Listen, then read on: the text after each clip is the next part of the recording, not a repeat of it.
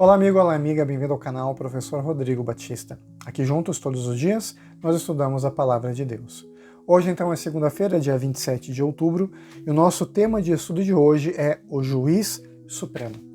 A pergunta que a lição diz pra gente, faz com que a gente pense é a seguinte: reflita no fato de que Deus é um justo juiz, que não pode ser subornado nem influenciado pela parcialidade. Deus não estava simplesmente ali na terra de Josué, no tempo de Josué, né, na terra de Canaã, agindo simplesmente, vou favorecer Israel. Pelo contrário, quando Israel cometia pecados, Deus agia de forma justa e forte contra eles. Durante os 40 anos que eles habitaram o deserto, muitas situações aconteceram em que eles foram punidos por Deus. Havia momentos em que a terra se abriu para consumir, para engolir os inimigos que estavam no próprio povo de Deus. Havia momentos em que o povo estava desobedecendo a Deus e começaram a morrer. Lembra da história da serpente que Jesus cita na sua conversa com Nicodemos? Jesus, no Antigo Testamento, permitiu que serpentes atacassem o povo de Israel em determinado momento em que eles estavam no deserto, e muitos estavam morrendo por causa disso, por causa não só da serpente, mas por terem se afastado de Deus. Aí foi colocada uma grande serpente de bronze, e quem olhasse para a serpente teria vida, que era um símbolo ali de Cristo, um símbolo que Jesus usa na sua conversa com Nicodemos. Então, em muitos momentos, Israel também foi punido por sua desobediência, por sua hipocrisia, por seu afastamento de Deus. Assim que eles saíram do Egito, houve aquele momento do bezerro de ouro, e Deus puniu todos os que adoravam o bezerro de ouro. Então, Deus não era parcial, né? Deus é imparcial. Deus não fica só de um lado, de um ou de outro. Todos nós somos filhos dele. Todos nós somos crianças dele, criação de Deus.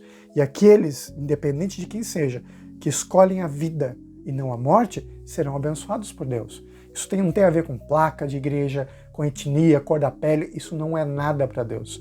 Todos somos sua imagem e semelhança. Deus é imparcial.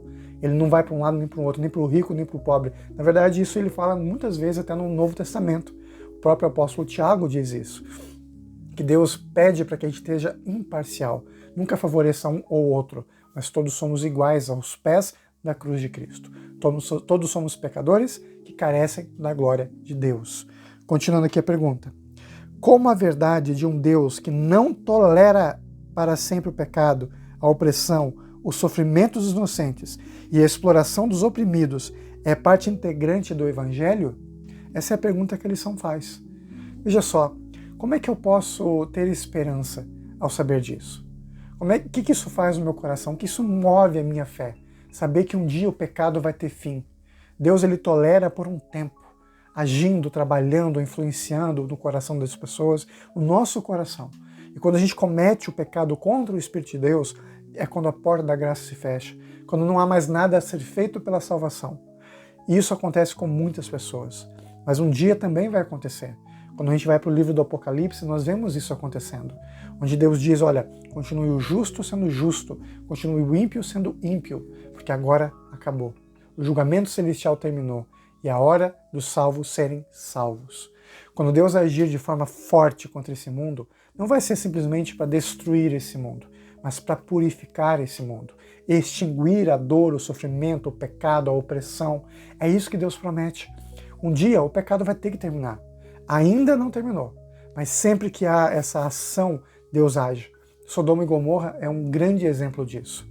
Aquela cidade lá do Vesúvio, que foi coberta pelo seu vulcão, nós sabemos disso lá, é uma cidade romana, né?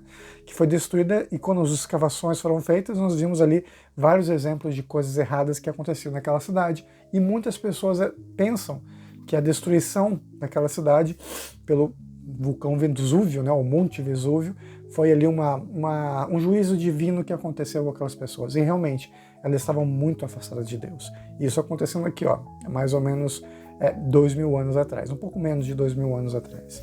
Sodoma e Gomorra, 3.000 anos atrás. Então coisas vão acontecendo. Sempre que as pessoas atingem um limite, Deus trabalha para destruir aquele mal, erradicar aquele mal. Quando a gente vai também ali para o povo que habitava antes do dilúvio, mesma coisa. Eles atingiram um limite que Deus não podia mais trabalhar com eles. E Deus destruiu todo o mundo daquela época. todo o mundo antes do dilúvio. Aquilo é um exemplo extremo, porque ali foram todos destruídos.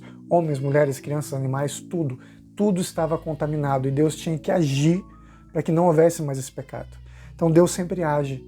Deus um dia também vai agir de forma forte para acabar com o pecado nesse mundo. Tanto destruindo o pecado quanto o pecador que se agarra ao pecado. Então assim, Deus sempre age com justiça. Deus sempre age com amor. E Ele tolera com muita paciência, porque o amor é longânimo, o amor é paciente, mas existe limite. E também existe a questão da escolha. Se eu escolho o mal, Deus não vai me forçar a escolher o bem. E olha só os textos bíblicos de hoje da lição, que fala pra gente sobre esse juízo de Deus.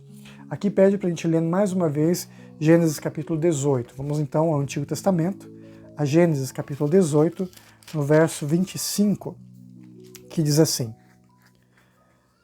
longe de ti o fazeres tal coisa, matares o justo com o ímpio, como se o justo fosse igual ao ímpio. Longe de ti, não farás justiça o juiz de toda a terra? Isso é Abraão conversando com Deus sobre o juízo sobre Sodoma e Gomorra. Ele fala o seguinte: olha, Senhor, você vai destruir os bons com os maus? E Deus fala: não, eu não vou destruir os bons com os maus. Tanto que ele salva Ló e sua família. Né? Então, o que acontece nesse mundo? Um dia Deus vai destruir esse mundo, mas Ele não destruirá os bons com os maus. Ele vai levar os bons para o céu antes de destruir esse mundo. Com o pecado, hein? Só vai ser destruído aquele que se agarrar ao pecado. Vamos ao Salmo capítulo 7. Vamos lá, mais um texto bíblico. A Salmo capítulo 7, que fala pra gente mais uma verdade da palavra de Deus. Salmo capítulo 7, verso 11. Deus é juiz justo, né? Justo juiz. Deus que sente indignação todos os dias. Deus está irritado, Deus está magoado com todo o afastamento que as pessoas têm dele. E todo o mal que uns homens provocam a outros homens. Dor, sofrimento, morte, crianças sofrendo. Deus não se agrada disso. E Deus tem que agir. Em algum momento Deus vai ter que agir, porque o mundo está chegando a um momento em que não dá mais. E você e eu sabemos muito bem disso.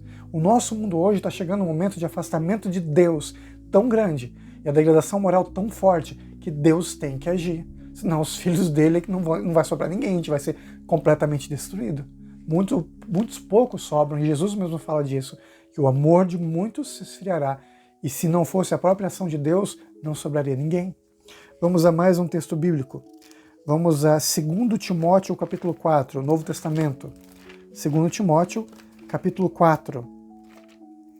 Vamos aqui então, Timóteo, capítulo 4, depois de Tessalonicenses. Então, 2 Timóteo, capítulo 4, verso 1, diz assim: conjuro-te perante Deus e Cristo Jesus, que há de julgar vivos e mortos pela sua manifestação e pelo seu reino. Verso 8, já agora a coroa da justiça me está guardada, a qual o Senhor reto juiz me dará naquele dia, e não somente a mim, mas também a todos quantos amam a sua vinda.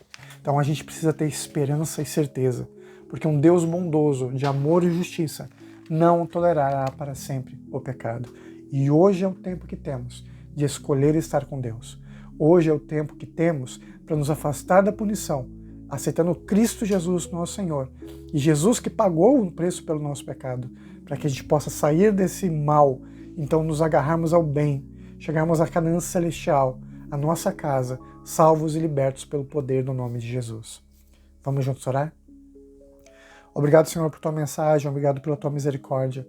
Hoje nós escolhemos estar contigo e pedimos que o Senhor haja poderosamente em nossas vidas, para que a gente abandone o pecado e siga ao lado de Cristo. Em nome de Jesus. Amém. Nunca se esqueça, meu amigo e minha amiga, nessa vida é você e Deus. Te vejo amanhã. Tchau, tchau.